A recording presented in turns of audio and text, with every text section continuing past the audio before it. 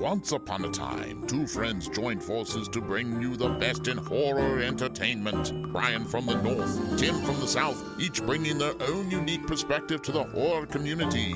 Movie reviews, Blu-ray releases, beer pairings, games, and more. Welcome to your new home for horror. This is Civil Gore.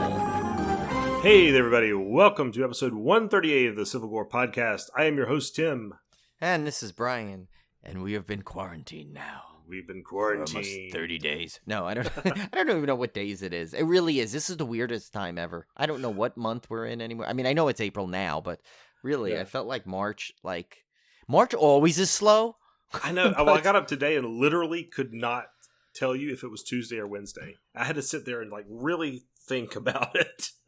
You do, right? I mean, it's granted, ever since I stopped going to Best Buy every Tuesday and just ordering online for my Blu-rays, I'll admit that I kind of lost track of Tuesdays versus Wednesday.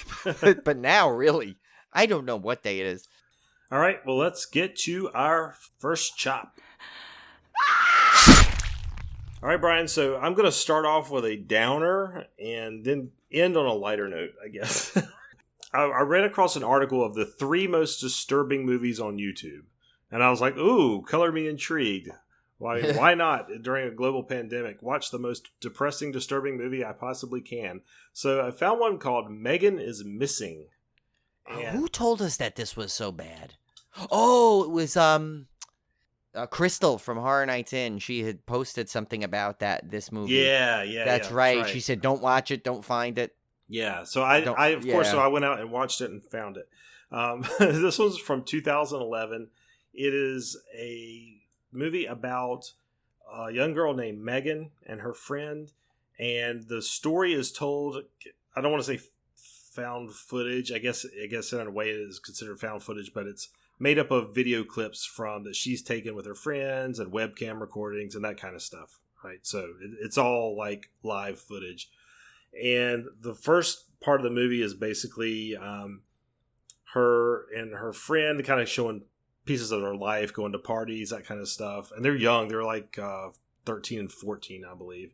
And then one of the girls, Megan, meets a guy online. She agrees to go meet him, and she's abducted. And so her friend has to go try to find her. And I won't tell any of the rest of the movie, but it is horrific in the way that real life is horrific. So, as you can imagine, what plays out in this movie is what could have really happened. I think this was actually based on a real case of 2 missing girls. And it was very, very disturbing. There's a particular scene in here that I still can't quite get out of my head because it's that disturbing. And yeah. I mean, you have me intrigued, but I mean, now that you saying it's disturbed, Crystal, our buddy Crystal telling us not to go watch it. Yeah. I mean, I'm not saying it's going to scar you for life or anything. It's just that you know that this stuff really happens and can really happen. And that's what makes it so horrific, because it is based off real child abduction. So watch it at your own risk. Megan is Missing. I won't recommend it because it's a little too close to real life, but I don't know. I was in one of those weird moods where I was like, yeah, most disturbing movie. All right, click play. I got nothing better to do in quarantine. So yeah, very disturbing movie. Next up, let's go to a little lighter fare. I found this out on an article on, I believe it was Dread Central or Bloody Disgusting one. And it was talking about the best kids horror to stream right now.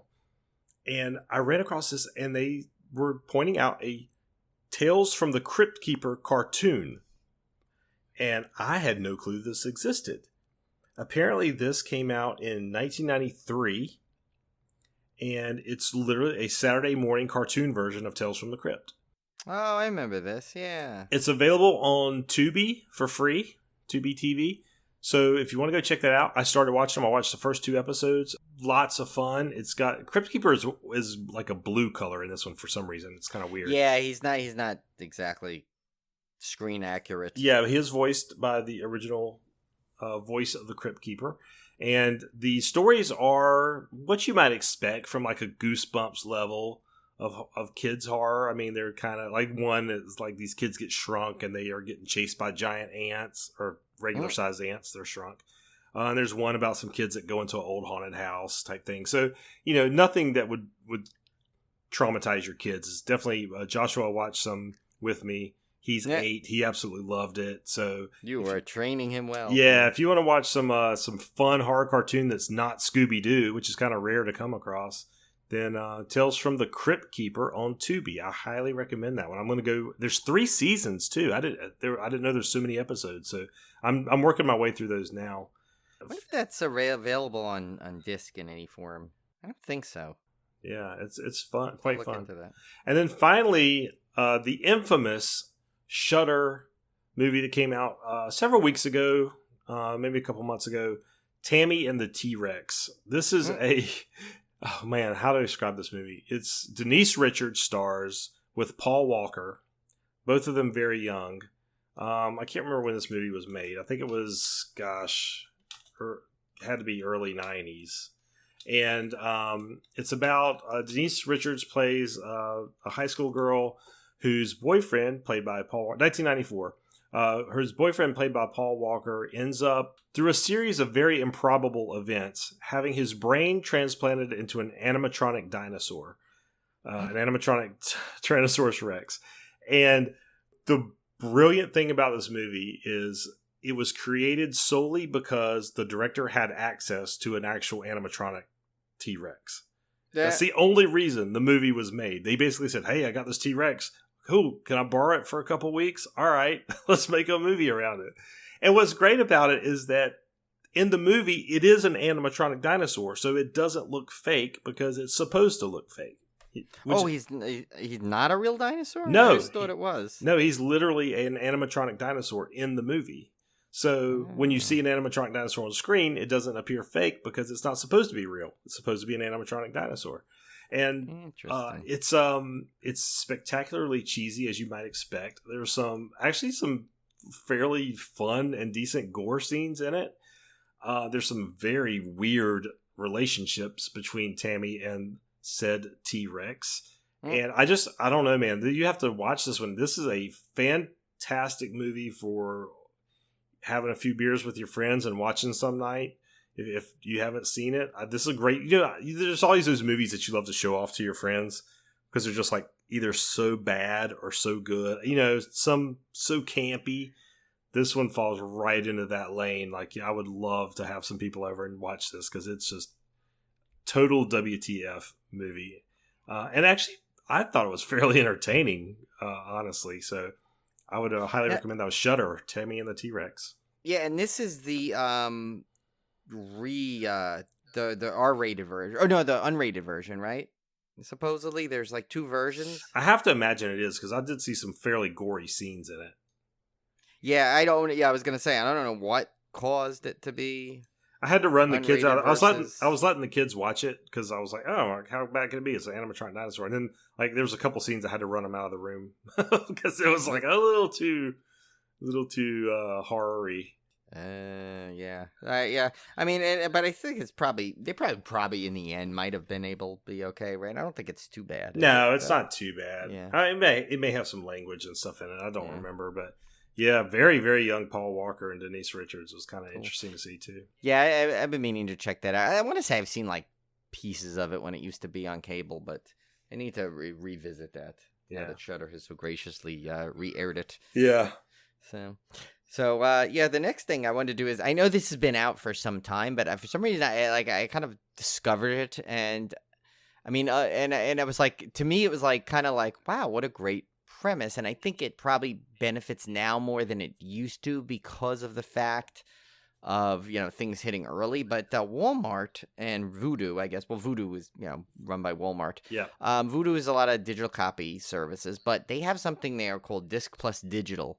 I don't know if you've seen this, Tim, but so what it was I was able to for $24.99, which is the same price as it was on Amazon, I bought Birds of Prey, and basically, so it gave me the access to digital immediately, and then we'll ship my disc in May when it's released. Oh, that's cool. So and so it wasn't, so instead of paying $20 to just rent it, I just, it was one of those ones where I was like, oh, they're making it available for that. So I bought it for $24. I was going to buy it anyway when it came in on Blu-ray. And then whenever they're ready, they send you the complete Blu-ray, which is good. And this one, which was weird, is though, the one thing I will say is this one had no shipping charge to it. But then after I tried to get some more, there were $5.99 shipping charges on it. So there's a little bit of a difference from Amazon where I'm like, okay, that's where you lose the price point. But for something like, and so I was looking, I'm like, I wouldn't do it for a movie that's going to be coming out like in a couple of weeks anyway. To me, it's not worth it. But like Sonic the Hedgehog, you can do that right now. That's a movie that I don't think is going to be coming out on Blu-ray until May. Again, so that one I may pull the trigger on. But some other stuff, they have some good deals on there. But like they had like Parasite for $14.99. But thing is, Parasite, you can get the same thing for Amazon. And yeah, sure, you wait a little bit for the disc before you can get the digital copy, but it's not something that you can't find, already. So yeah. It's so it's a cool thing to look at. I think it would be, if it was free shipping all the time, I think it'd be like a no-brainer. But the fact that $6 shipping for a disc is really high to me. So I'm like, unless it's a movie like, kind of like Birds of Prey level, and it's like about a month or two off, and I'd have to wait that long to go see it, yeah, then I do it, because then your break. I'm way ahead basically with like Birds of Prey. I'm seeing it now a month and a half early for something I would have bought anyway, and now I can watch it. And you could just take that shipping and kind of look at it as maybe like a rental fee in a way. Right, right. But that's what I said. Like, but it seems for movies that I really like, it would have to be something where it's going to be far off, like that level. Like that's probably where I'll probably end up doing it for Sonic the Hedgehog, because, like I said, that's not coming out for another month and a half, and I kind of want to see that.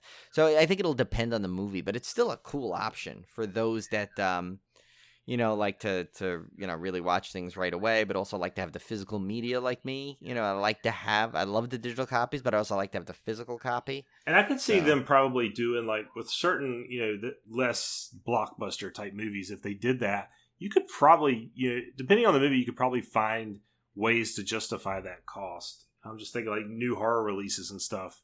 You could probably definitely, depending on the movie, you just have to hit it at the right time. VUDU's infamous for like their sales and stuff. So who knows what kind of great bargains you can get down the road. Yeah, and now not everything in their catalog is on that. You have to look when you search movies. You'll see it. It'll say disc plus digital. So do it there, and they have some older titles too, which are good. But and then another feature, when I was thinking, I'm like, well, I said, why would they do this? This was without the shipping, I noticed. Now with the shipping, yeah, they make money, but it's not like they make money on the shipping, really. They're just kind of probably breaking even on the shipping. But what I realized, what's so brilliant on their part about this is, okay, one, you cannot return it. It's basically unreturnable. So it's no returns once you purchase it. Because, obviously you're getting access to it, and then, someone can say, oh, I'll buy it. Oh, you know what, I'm going to return the disc when I get it. So you can't return it. But what's brilliant about it is, like, think about it. So Amazon, what I was doing is I was always pre-ordering it. And yes, Amazon will pay, will only charge your credit card as the item is processed and shipped. So, you basically pre-order it, and they're doing all the legwork and doing all this stuff. And then when they're ready to ship, they send it out to you. But if you think about it with this one, they have my money for a disc they're not sending for another month and a half. Like, sure, I have access to the movie, but the physical product I'm buying, they have in their hands. So it's like they're already getting the money ahead of time.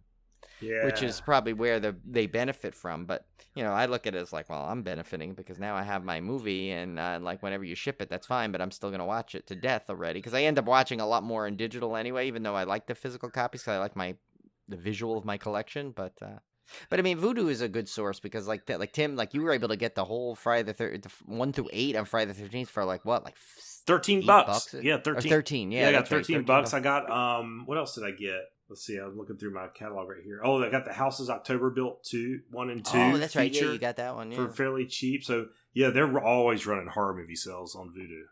Yeah, you got to look, and they bundle. Their bundles are great. Oh, and they have a cool feature now on your digital library.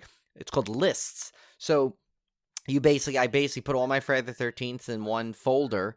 So, I've unfortunately, you have to pick it in order because I haven't been able to figure out if there's a way to, like, reorganize them. But not that it matters. You can pick it. what you want. But yeah, it's more my OCD, like wanting it in the right order. But like, so I put all the Star Wars in one folder that says Star Wars, one Friday the 13th that has Friday the 13th. So it's like, it's kind of, VUDU is a pretty cool thing. And most of the thing is, what's great is VUDU and Movies Anywhere, they kind of like sync up to each other, which is another cool feature. So yeah, I've grown to embrace digital movies more lately. I used to be physical only. Like, that's all I want. It's physical. I don't care about the digital stuff. If the physical disc gives me a code for the digital, obviously I'll redeem it.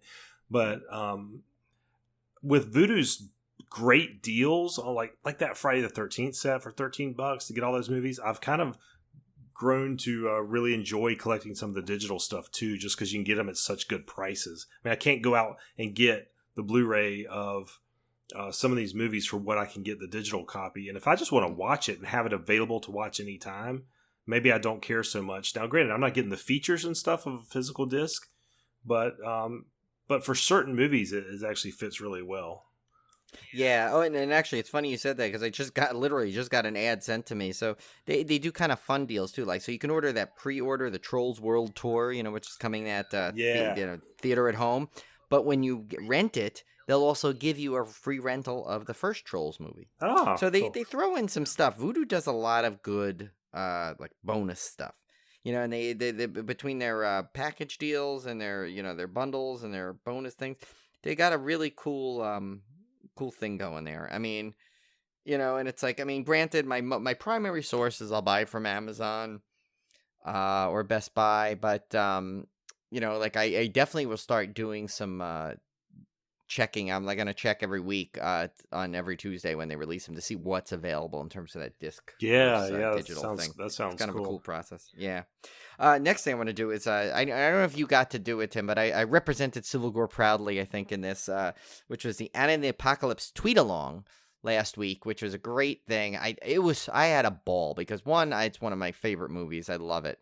And, with this whole thing with going on, it's like, something like that is great when you get so it's just a community feeling, and everyone was tweeting along. I mean, the cast was involved, the director was involved, all the people involved in the movie were tweeting along and liking tweets, and even Ella Hunt was in there, Sarah Swire, and we actually got a couple of tweets. We got one from one of the producers. We got we got the director and Ben Wiggins, who played the boyfriend, not really the boyfriend, but the one that the father thought was the boyfriend. So he actually liked one of our tweets. So it was really fun because it was almost felt like I kind of like with Joe Bob nights, on the last drive-in, which of course, we shared it on Twitter. That's why we don't put it in our first shot. But yeah, that's coming back the 24th of April. Which is real. I wish it was like a month earlier, because that would have been a great quarantine filler for Friday nights. But we'll get it towards the end of it. Yeah. And who knows? With the way things are going, we could be all doing this in May anyway. So, so we'll get a full month of Joe Bob. But so that was a really fun thing. Those tweet-alongs good. And I was made me think that I think Civil Gore we need to plan a tweet-along as well. I think we need to pick a movie to put on. And I was like, one I thought would be the most appropriate movie for us to do would be like the Manitou, but I don't know if that's available to stream anywhere anymore. It was on Shudder, right, when we first did it? Yeah. I think it happened to be on Shudder. So I think maybe if that ever becomes a streamer, we think of something else, but if that ever comes onto a streaming service again, I think we need to do a tweet along of that. Yeah. I think that would be very appropriate for Civil Gore. Yeah, it looks like it's only on for rental. You can still rent it cheap. You can rent it for $3, but it's only rental on the major platforms right now. But we'll keep an eye. We'll keep an eye on that for you. But I think we're definitely a tweet along for Civil Gore, an official one, is going to be definitely in the cards. I think that would be fun. So, Tim, I don't know if you saw this, but Cone sent me this yesterday, and it's funny because it kind of goes along with your Megan is missing thing a little bit. There's an iPhone game. It's a horror-based game called okay, I'm going to butcher this. Simulacra. Maybe that's probably the way to say it. So it's a game, but it's one of those ones where they call it a found phone game. And what it is it's basically when you play the game, they want you to do it with headphones, number one. And we'll warn you, there's a lot of Tim jump scares in this. And what you do is you basically, the whole interface of the game is that you found this girl's phone, and you don't know what happened, but all of a sudden people start trying to contact you.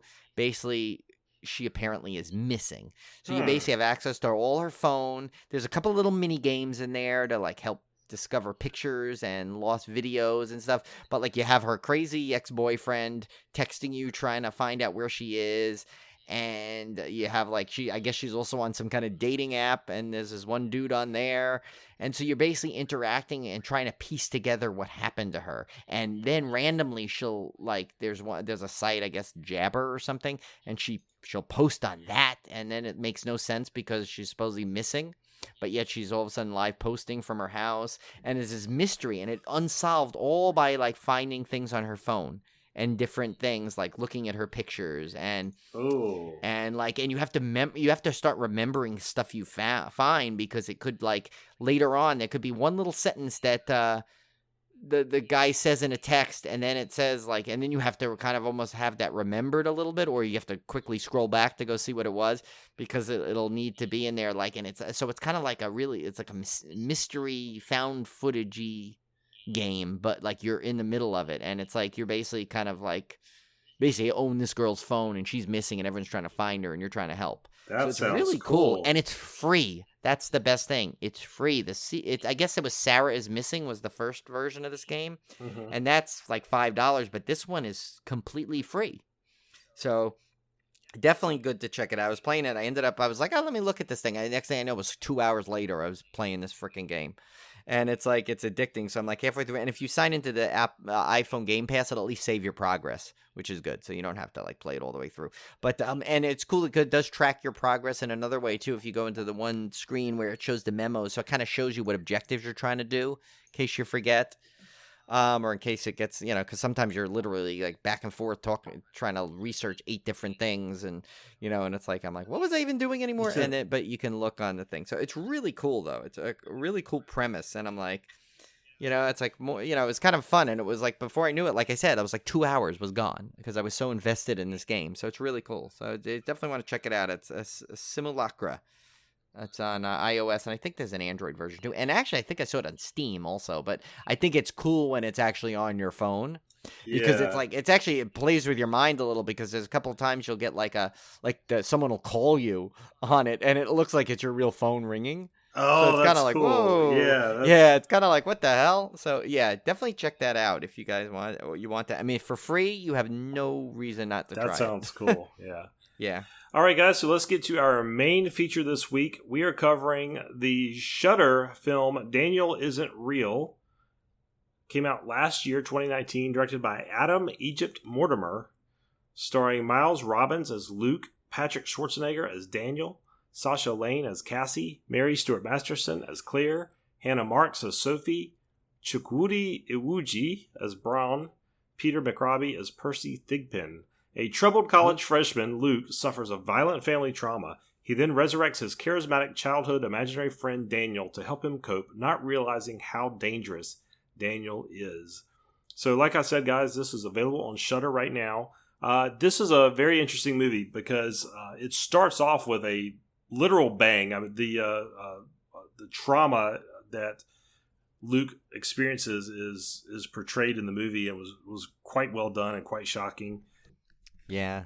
And basically, this is the origin of Daniel, which is an imaginary friend of Luke's who basically comforts him during this childhood time, because he is extremely traumatized by this.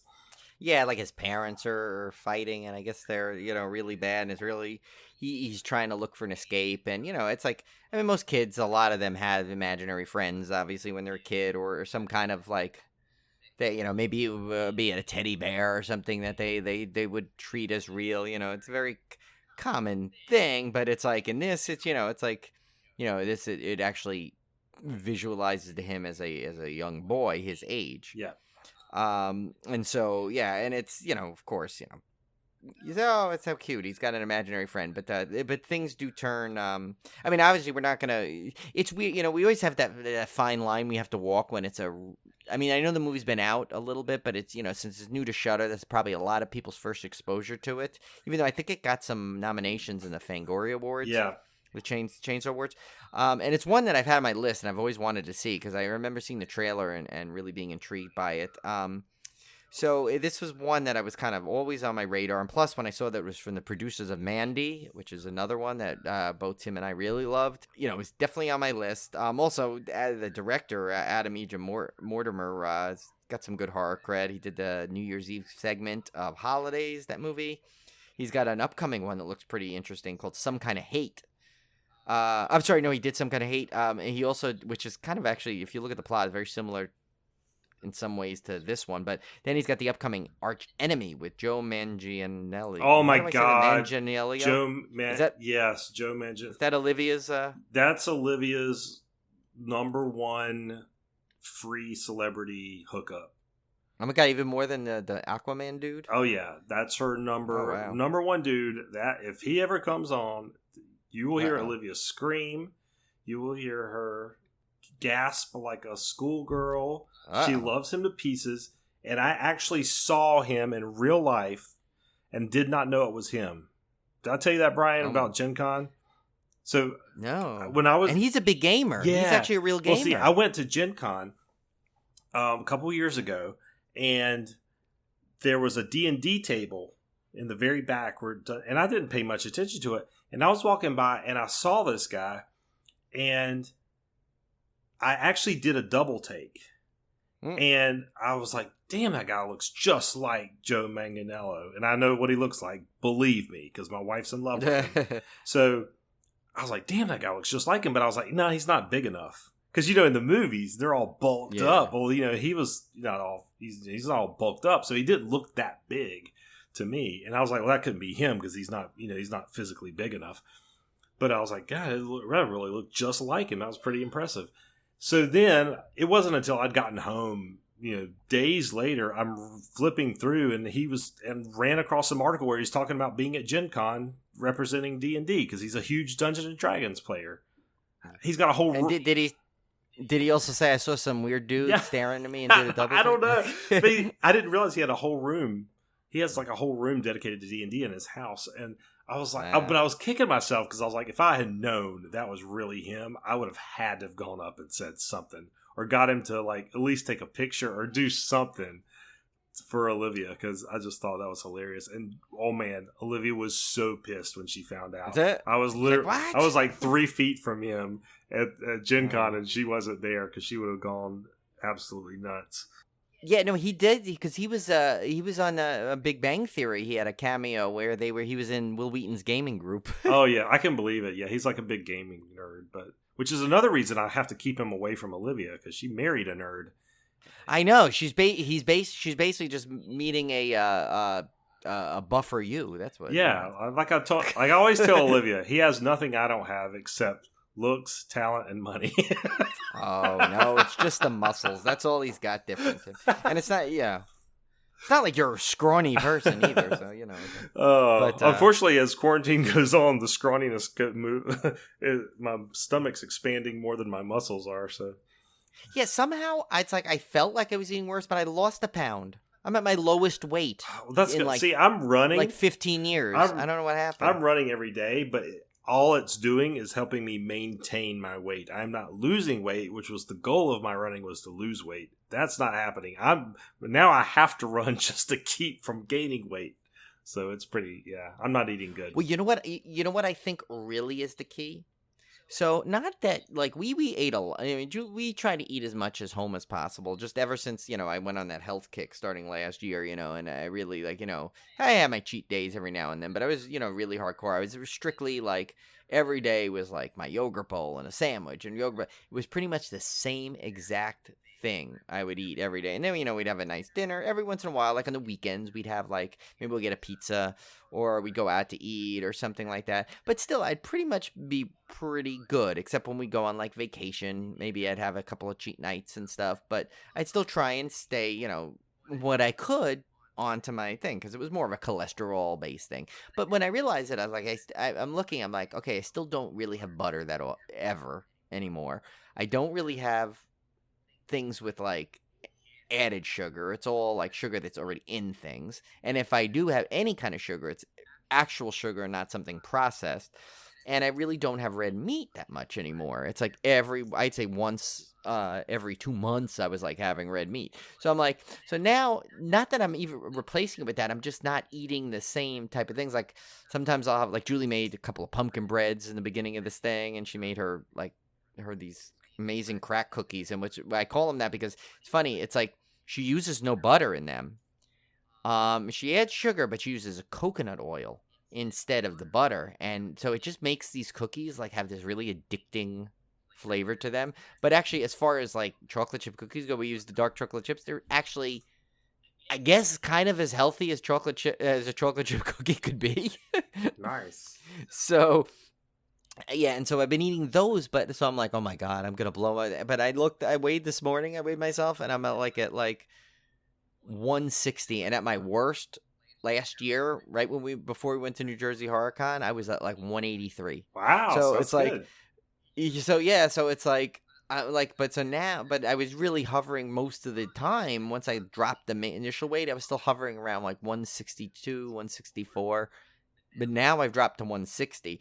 Oh, and I think part of it is like maybe, but I've been doing less walking around, which was weird. I realized though, but maybe I'm just not eating as much as I did. Like at work, maybe I'd eat more. Or two, since you go out, you tend to maybe eat at a restaurant, which has a little more salt, which will pack on the weight. But we're not really going out anymore to eat. Yeah. Even if I go, if you go out and eat something healthy, most restaurants will put salt and stuff. Yeah. So, and I know we went on the major sidetrack from this movie, and I'm not even sure what we ended up getting on. Oh, it's because Joe Manganiello. See, look what he does. I know. Look at he's disrupting. He's possibly disrupting your marriage. He's disrupting our podcast. God damn you, Joe Manganiello. But anyway, he's what I was trying to say originally was that his Adam Egypt Mortimer's upcoming movie is Arch Enemy with him in it, and it seems like it's kind of like an Unbreakable movie, like that kind of style, like with a superhero kind of, if like comes from another planet but kind of gone bad a little bit. So kind of like a little bit of Unbreakable, a little bit of Brightburn kind of thing. So that's kind of interesting. But yeah, so that's Adam Egypt Mortimer. So, there's a lot of stuff that made me want to see this movie. And I mean, I guess we can go into some of the things in there. What I find interesting, and this, I mean, it's really not a spoiler if you see the trailer. So what's interesting is obviously, in the beginning it shows him as a kid, but when he grows an adult and let's say Daniel comes back into his life, he's an adult. And now most times when you see these horror tropes with the imaginary friend, like no matter what, if the main character grows up, the usually imaginary character is still the same age. But in this, the imaginary character grew to the same age, which I thought was kind of a little bit of a different twist. Yeah, I like that. And as you could expect, especially with the trailer, Daniel is not a good imaginary friend. No, even though he's not as good at all. And even though he's helping Luke cope, that quickly sours, and in both instances. So when he was both a child and an adult, and that's one of the reasons why he had to basically put Daniel away, metaphorically as a child, and it kind of brought him back out as an adult. But one thing, Brian, with Patrick Schwarzenegger, who is the son of Arnold Schwarzenegger and Maria Shriver. Arnold. One thing I really... Put those cookies down, Tim! One thing I really got out of his performance, I don't know if you got this vibe, he reminded me so much of Christian Bale's character in American Psycho.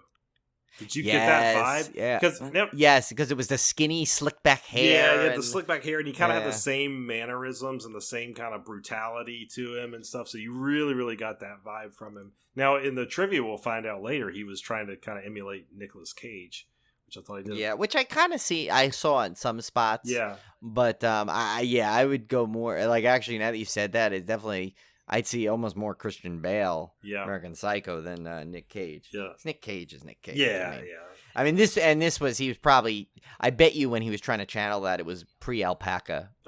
Nick Cage. There's pre-alpaca and post-alpaca. Nick Cage. And that's two different Nick Cages. Nick Cage evolves continuously. I think no matter what happens in this world, we can say there will always be evolving Nick Cage performances.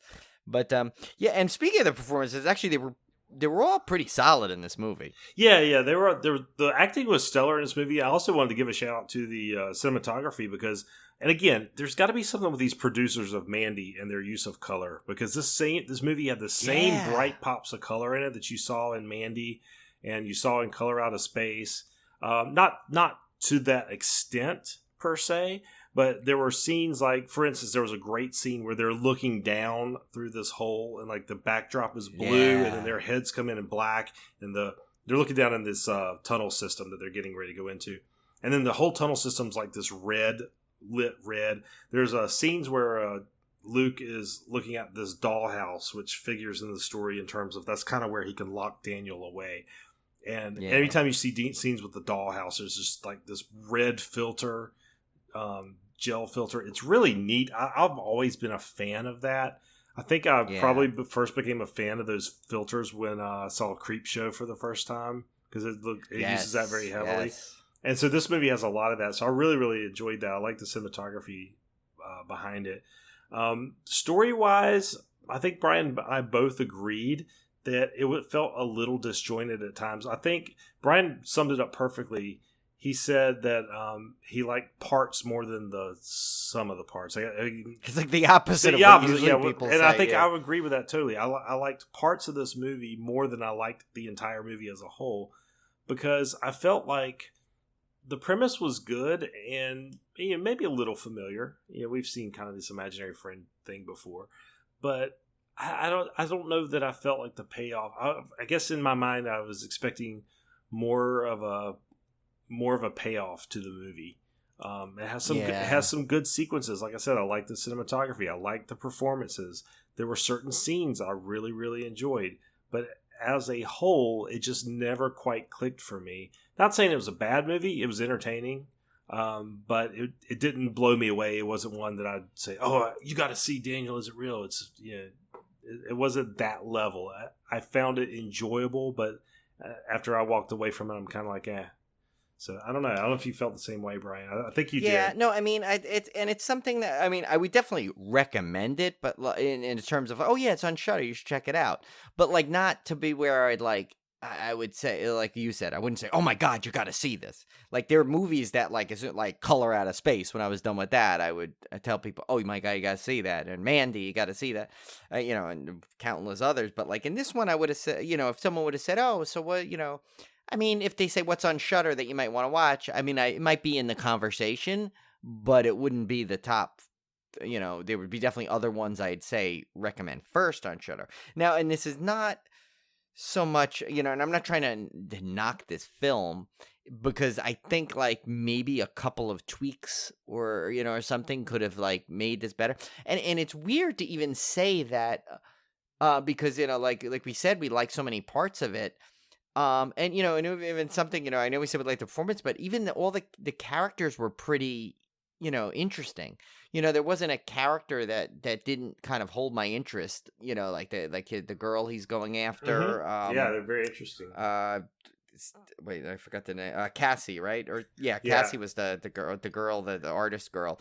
Like, she was a very interesting character, and there was a couple of scenes, without trying to spoil it, that she kind of like, you almost thought like, oh, maybe she's a little bit more knowledgeable of this whole situation than she wasn't, and that kind of pays off. And I did like Braun's character, which was this, he was the psychologist, and he was really that good. whole thing.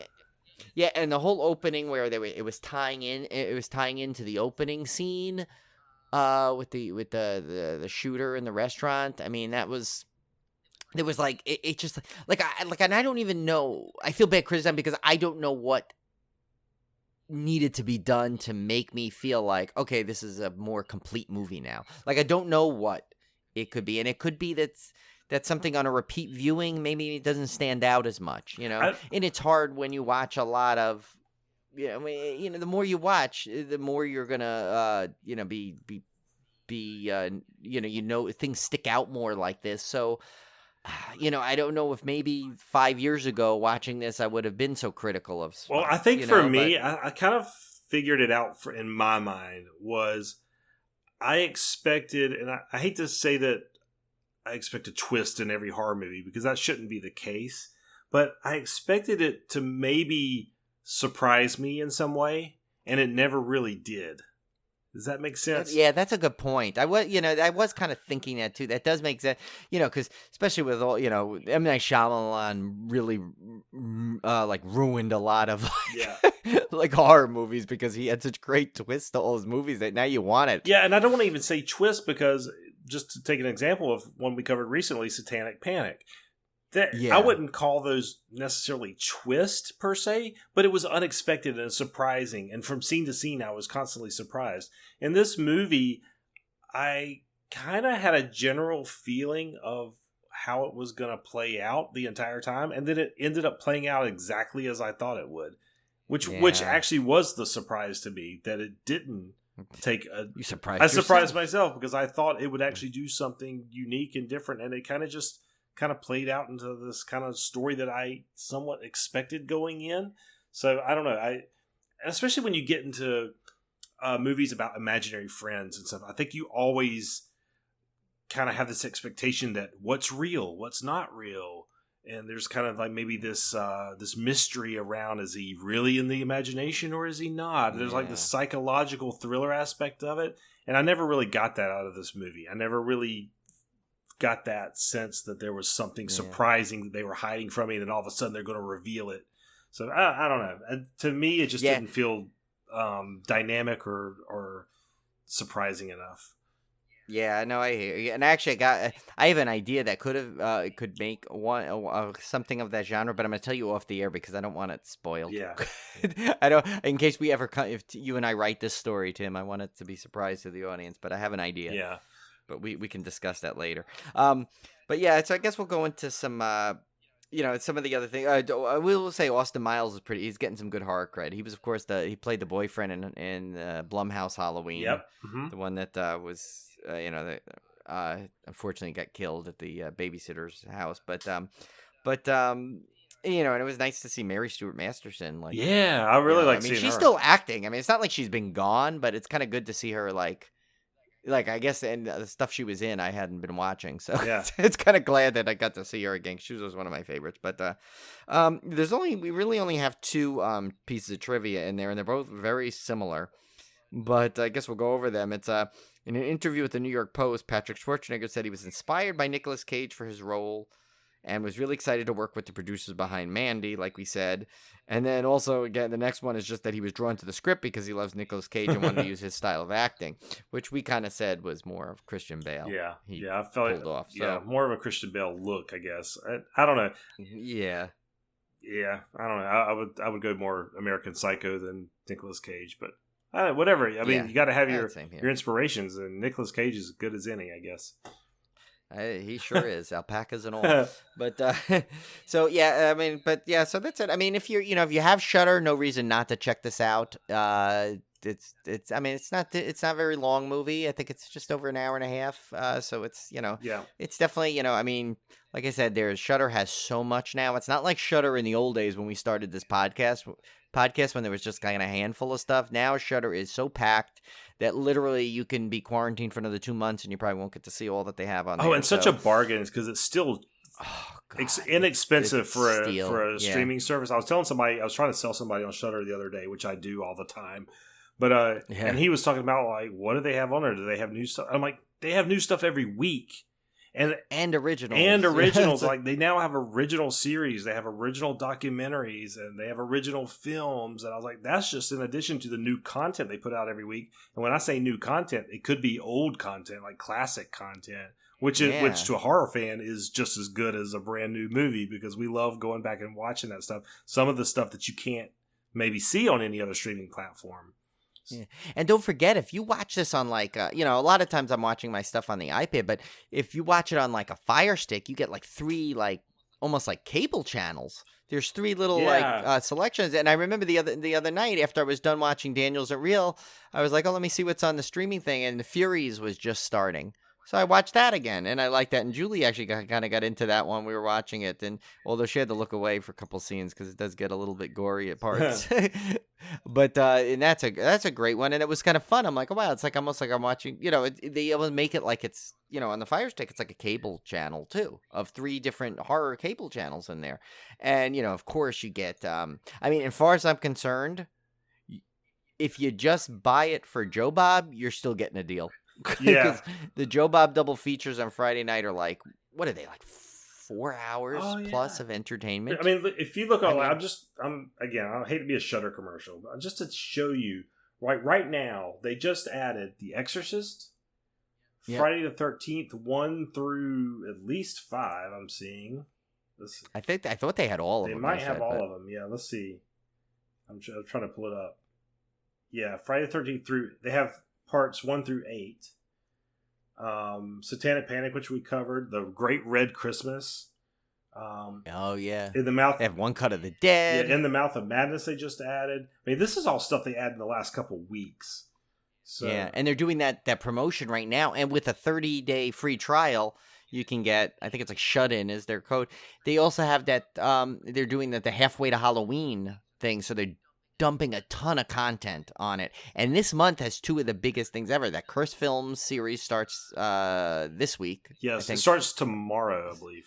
Tomorrow, yeah. From when we're recording this. When you're getting it, it's already April 2nd. started. April 2nd. Yeah, and you're getting Joe Bob starting at the end of the month. So you got that. Remember in the God knows what they're going to do in the summer, but then in the fall you're going to get your series season 2 of Creepshow, hopefully, unless that may have got pushed back. I'm not sure based on obviously what's going on. But I do know they were still producing stuff for it because I remember they showed they were talking about some effect they were doing on it. So they might have gotten a lot of that already filmed prior to this. But yeah, I mean, and so Shudder is always adding stuff, and they have those little guest curator things. Stuff like Nosferatu TV series is on there. Yeah, they moved that on there, so it's just really good. And then they have the Shudder podcasts that they do. What they had, the Adrian Barbeau one, the Elijah Wood one is on there, right? Yeah, we're probably preaching to the choir because I'm sure all of you already have Shudder. Yeah, I know. Everyone that listens. It was funny. So I had another glitch with Shudder over the weekend, though, where they did an update, and again, my account got screwed up again to where I had to email support. But so support was I was starting to get panicked a little bit because my issue started Saturday morning, and it was now Sunday afternoon. I still had not got it resolved, and I wanted to watch our movie for the week. So I felt bad, but I kind of direct messaged Shudder on Twitter. And I told him, I said, yeah, you know what? I kind of, I don't mean to bother you guys, but, I sent it to support over the weekend. It goes usually pretty fast, but I didn't hear back. And I know they're bogged down with problems because they did say that. So whoever did the Shudder Twitter was so kind, and they're like, and I don't recommend bothering them all the time. This was kind of an emergency. I told him, so I said, hey, I told him what happened. He says, oh, we'll escalate it within minutes. I got an email saying, oh, we fixed your account. So I'm like, oh, great. So I went on there and I told him, I said, look, I said, I apologize, but you know what? When you run a horror podcast, you guys are like our lifeblood. Yeah. And that is so the truth because, I mean, from the day we started this podcast, Shudder has been just, there's not even a price to put on it for us, how much we've used it and needed it. And so, yeah, to me, that was almost like as bad as when my computer broke. In terms of the damage it could have done to the podcast. So yeah, so thank you again, Shudder, because you guys fixed it really quick. And I even told them, I said, yeah, this happened last week. Is there anything you can do? And they said, oh, we're going to research, see what the problem might have been, and see if they can fix it so it doesn't happen again. I've seen other people on the horror forums talking about it, their accounts getting messed up. So there's something going on. Yeah, I'm wondering because I know you didn't have the issue when I did, and Cone didn't either. I'm wondering if it's because when I originally started my Shudder subscription, I did it through, back in the day when I did it through iTunes, because that was the way it linked to my account. And I'm wondering if it has something to do with that. Yeah, it could be. When they update. Yeah. So I don't know. Either way, and I don't want to switch it because right now I'm getting that grandfathered in rate of like $4.99, so I don't want to lose that. Yeah. So I can't lose that. So, I mean, I guess I could always tell them, say, hey, look, I'll redo the account if you give me that good price. But yeah, well, anyway, so move on. I know we've been low, but we haven't talked to I mean, Tim and I we text all the time, but we haven't really talked because we've been delayed on the opening this week. So the quarantine has got us, at least me, very talkative. Not that that's hard to do, but anyway. So my beer pairing actually for this is a no-brainer. I think it's called Imaginary Friends. Yep. From Prairie Artisan Ales from Krebs, Oklahoma. Really, the problem is I think this was it's one of the more limited releases, so I didn't really get much on it other than it's 7% ABV and it's dry hopped with Citra Mosaic. Happened to be two of my favorite hops, so this one, if I saw this, would be an instant purchase. Yeah, that sounds really good. So our triple threat last week, we were looking for an actor or actress. And clue number 1, my most known role was taking on one of the most famous female characters in horror history.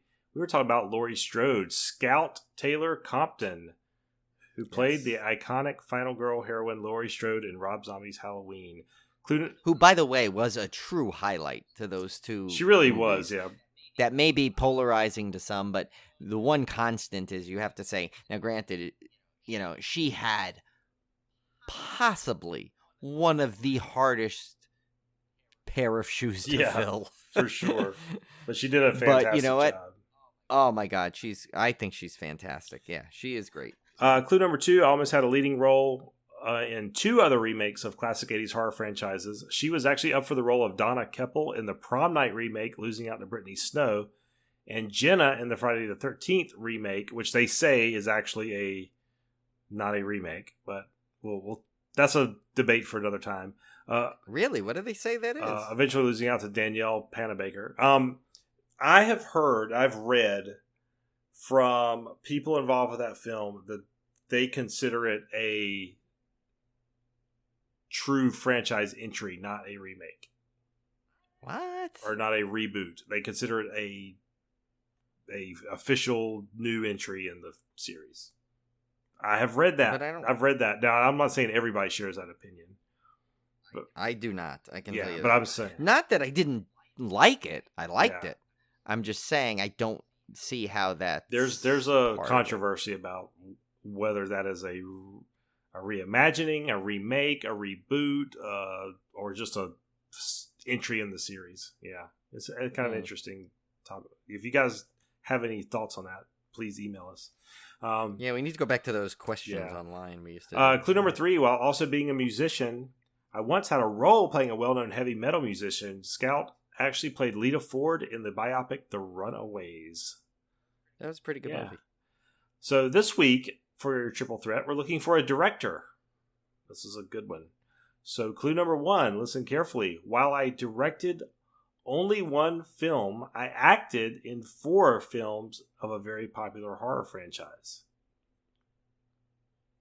Clue number 2, I have also appeared in a few films and wrote several others in another extremely popular horror franchise, but I've yet to direct one of those. And clue number 3, the last released film I directed is somewhat of a remake of a classic horror film. My next one is another remake, but not a horror film. These are tricky clues this time, I think. This is my quarantine brain coming up with you're going to have to post these, Brian, because these you really have to read carefully. I promise. I know I've kind of got lazy on those again, but I really have no excuse now, because it's not like I'm going out anywhere really on the weekends. So we'll try to post those on social media so you can actually read them. But that's actually a good one. I think this one, I think it's funny. It's like I don't know if it's just because I did, but to me it seems like it should be pretty easy. However, I think it's the clues are pretty long compared to some of our other clues, and they're a little more involved, so it could actually accidentally throw you off. Yeah. All right, Brian. So what do we have for our Zubmando this week? Okay, so I have one that's might be kind of very timely, Tim, I think, with what's going on right now a little bit. So, would you rather live in a world where you needed a quarter to get into every bathroom, including the one in your home, or where every bathroom only had 1 square of tissue? Oh, gosh, that's a tough one. And it's you would think, well, when am I ever not going to only have one square of tissue? But as you all know, inexplicably there is a toilet paper shortage. And did you hear there was a truck that crashed today that had contained a whole delivery of toilet paper? Is that like the worst thing you've ever heard right now? I mean, I happen to have plenty right now because we just, always seem that we buy from Costco. So we literally just got lucky that we accidentally bought a full pack right before this happened. All this craziness. But we already had half a pack, not realizing it. Julie bought it by mistake. Yeah, that's kind of how we were. Ended up being we had accidentally stocked up right before this hit. So always a good thing. I'm going to have to go with the quarter because I feel like you could plan ahead. You could just have like stacks and rolls of quarters laying around for that purpose. Yeah. And I'm assuming since if it's a bathroom in your house, you'd have a way to get those quarters back out, I would hope.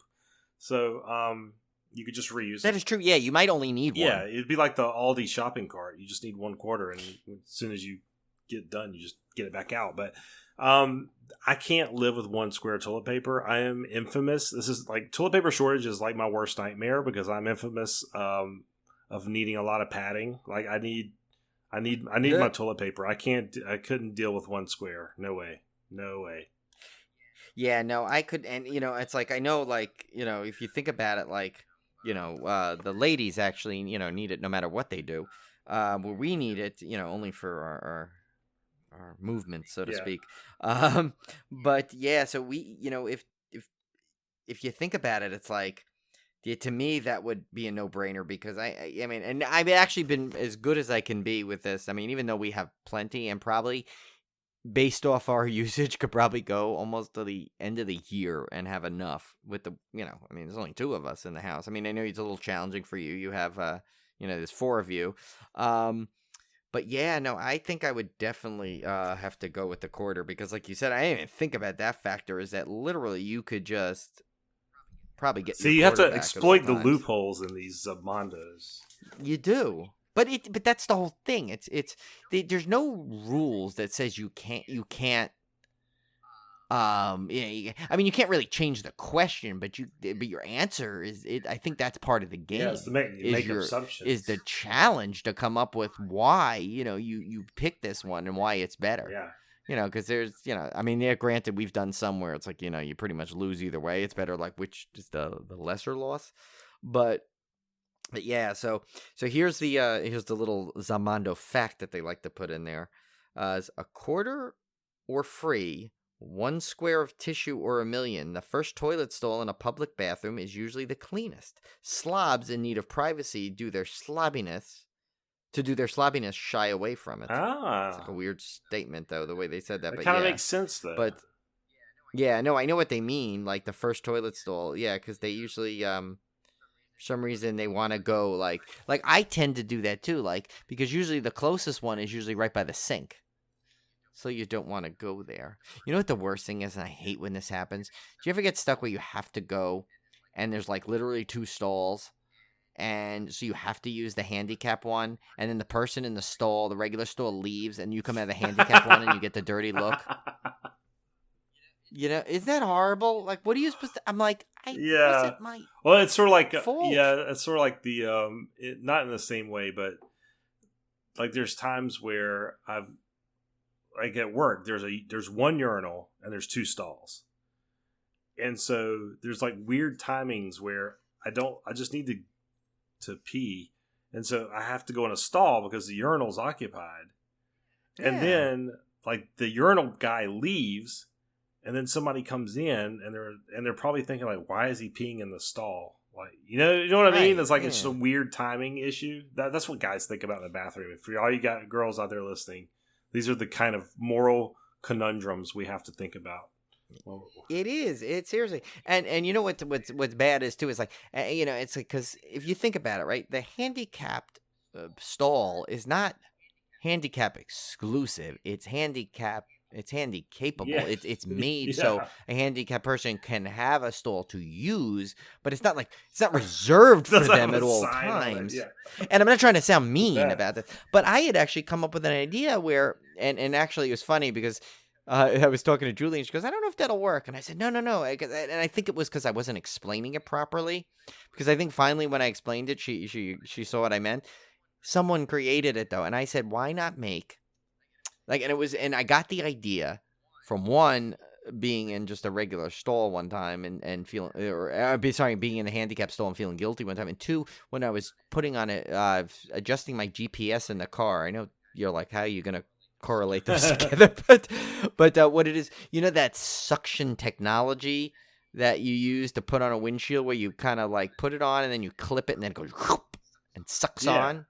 So I was saying, why not have something that can do that in some way, but like a magnet where you can make any stall a handicap stall by taking, someone who needs it goes in there and they can like kind of put that on like a temporary, you turn it somehow it magnetizes and unmagnetizes, but it basically puts a bar on the wall temporarily to use. Yeah. Now, granted, I know you need the wideness sometimes for, like, let's say a wheelchair going in, but I mean, at least it helps you if it's someone that, just needs a little bit more support, like an older person that just needs a little more support to go in there. I don't know how we've gotten on these subjects today, but I'll tell you, this has been the wildest array of topics, but... Oh, well. But, yeah, what are you going to do? Our quarantine episodes are going to be insane. Yeah, this is going to have its own, it almost needs to be its own, mini season. Yeah. Like the quarantine. It'll be like later on. It'll be like the Hammer films. It'll be the quarantine episodes. Yeah. Oh my gosh. All right, guys. Well, we're going to get out of here again. Please stay safe and be kind to each other. We will get through this, and we'll be back with you next week with another exciting installment of Civil Gore. Yes, quarantine season.